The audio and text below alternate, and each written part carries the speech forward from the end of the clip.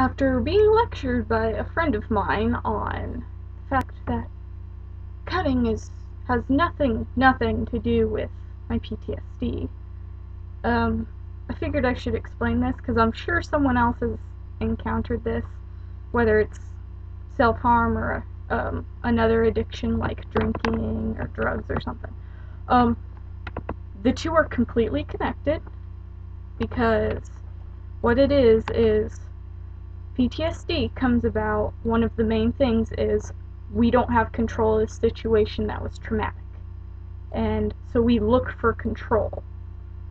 And the way some of us find that control is through whatever our addiction is. I know some people have some really weird addictions, not including those. I'm just going over the major ones like drinking, drugs, self-harm, because those are like the main three. So anyway, I took notes for statistics and all that shindig. 15 to 60% of people who have substance abuse problems also have PTSD, and from what I can find, it's the higher end of that 60% because I only found one number that said like 15%, but there's really not that much information about this except for my personal research and the people I know that I've talked to. So, but I'm pretty sure it's consistent. It's just no one ever bothered to do a study on this or find information on it because it just didn't like mean anything to them.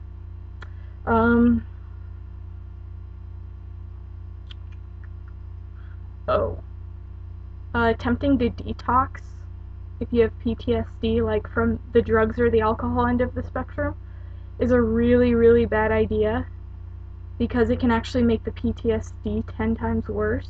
You gotta treat the PTSD and the substance abuse together.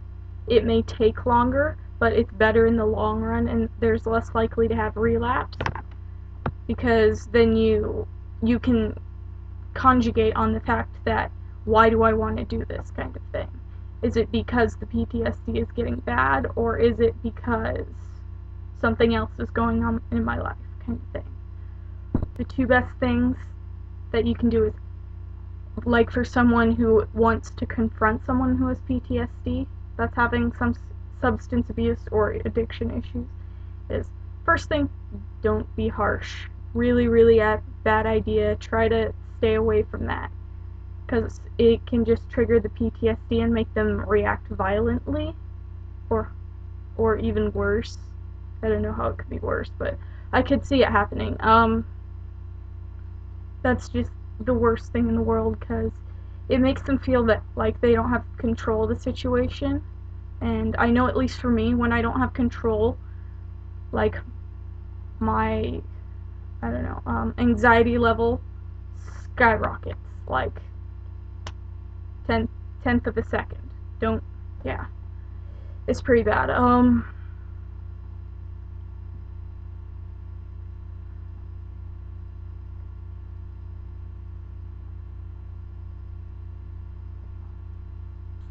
You don't want someone to get clean and then get treated for PTSD or vice versa.